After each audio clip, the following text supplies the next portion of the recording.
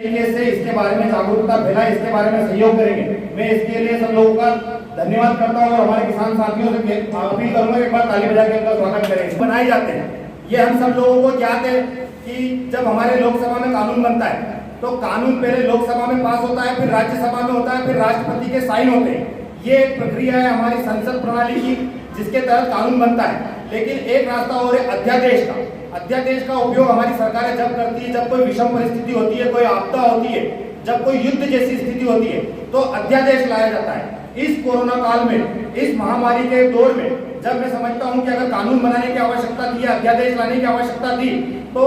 लोगों को इलाज कैसे मिले, जन जन तक स्वास्थ्य सेवाएं कैसे पहुंचे, देश के आखिरी कोने में बैठे व्यक्ति को, गांव में बैठे व्यक्ति को इस महामारी से कैसे बचाया जा सके, इसके लिए कानून बनाने की आवश्यकता थी, इसके लिए अध्यादेश लाने की आवश्यकता थी। लेकिन इसके विपरीत हमारी सरकार ने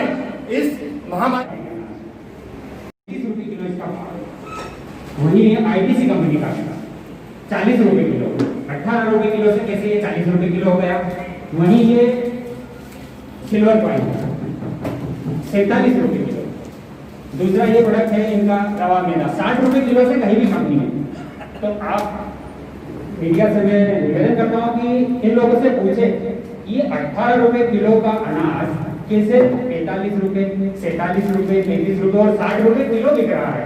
और इसका किसान को क्यों फायदा नहीं। भैया बताएं किस तरह की प्रेस वार्ता आपने की थी और किसानों के बिलों को लेकर कहीं ना कहीं विरोध आपने जताया। आज हम लोगों ने जिस तरीके से 5 जून को जो सरकार ने कानून लेकर के आई, जिस तरीके से 3 बिल जो पीछे के रास्ते से सरकार ने लाए उसके लिए हमने प्रेस कॉन्फ्रेंस की थी, जिसमें सबसे पहला बिल जिसमें आम व्यक्ति को स्वतंत्रता दे दी है कि वो सिर्फ पैन कार्ड के आधार पर कहीं पर भी जाके खरीदी करे। मैं समझता हूँ ये जो कानून था एक तरीके से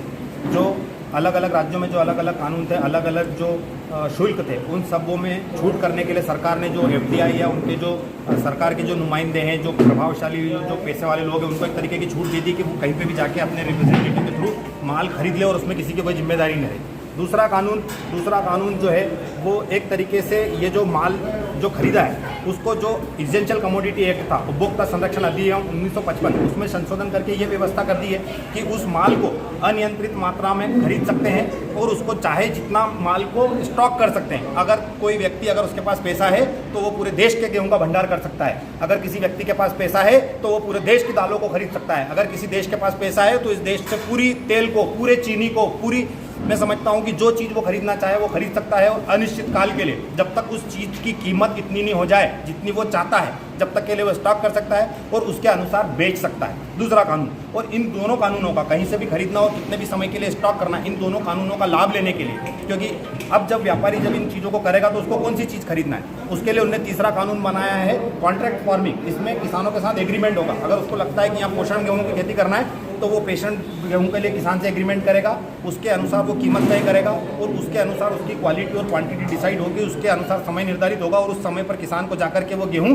उस व्यापारी को देना होगा। तो ये तीनों कानून ये निर्धारित करेंगे कि किसान कब, कैसे और कितनी मात्रा में कौन सी खेती करेगा, किस दाम पे उसको बेचेगा। एक तरीके से किसान अपने ही खेत में गुलाम होगा। ये एक तरीके से ईस्ट इंडिया कंपनी जिस तरीके से व्यापार करने आई थी उसी की ये नई शुरुआत है। हो सकता है इसमें एफडीआई के थ्रू कुछ फॉरेन इन्वेस्टर्स आए, हो सकता है हमारे देश के ही चुनिंदा उद्योगपति जो सरकार को पीछे के रास्ते से चुनाव के लिए फंडिंग करते हैं वो लोग आए और पूरे मार्केट पे कब्जा करें। मैं आप लोगों के माध्यम से जन जन से अपील करता हूं कि ये कानून सिर्फ किसानों के लिए काला कानून नहीं है। जिस तरीके से आज अगर आप सुबह आए और 80 रुपए लीटर पेट्रोल था, शाम को आप अगर गए और 100 रुपए लीटर पेट्रोल हो गया, आपको 100 रुपए देना पड़ेंगे, आप कुछ नहीं कर सकते। उसी तरीके से ये कानून अगर लागू हो गए और निश्चित रूप से साइन हो गए और लागू होंगे और इनमें अगर समय रहते संशोधन नहीं हुआ तो आपको आलू, प्याज, चना, दाल, गेहूं,